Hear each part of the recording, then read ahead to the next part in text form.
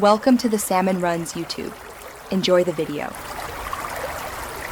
You start by combining prerequisites with action. Confirm the plugin format and load it into your DAW now. Check sample rate and buffer size so audio streams match. Mismatches cause silence or glitches. Rescan plugin folders and clear plugin caches. Once done, relaunch the DAW.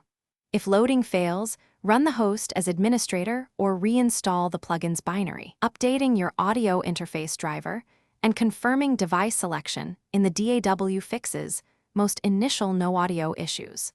You now trace the signal path to find where sound stops. Insert the plugin on a confirmed working track or a test tone and enable track input monitoring so you hear pass-through. Inspect mixer routing. Make sure the plugin channel isn't muted, sends are correct, and the output bus exists. Bypass other inserts to isolate conflicts and use a simple sine tone or guitar die to confirm processing. If latency or phasing occurs, adjust buffer size and plug-in delay compensation settings. Finish by restoring factory presets or loading defaults to remove corrupt parameter states. You want a clean baseline.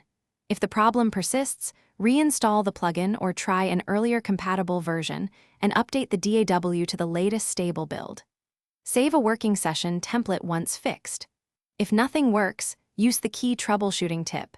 Inspect sample rate and clock source across plugin, DAW, and audio interface. Many silent or distorted plugin issues trace back to clock/sample rate mismatches. Thanks for watching. Consider subscribing if we helped you.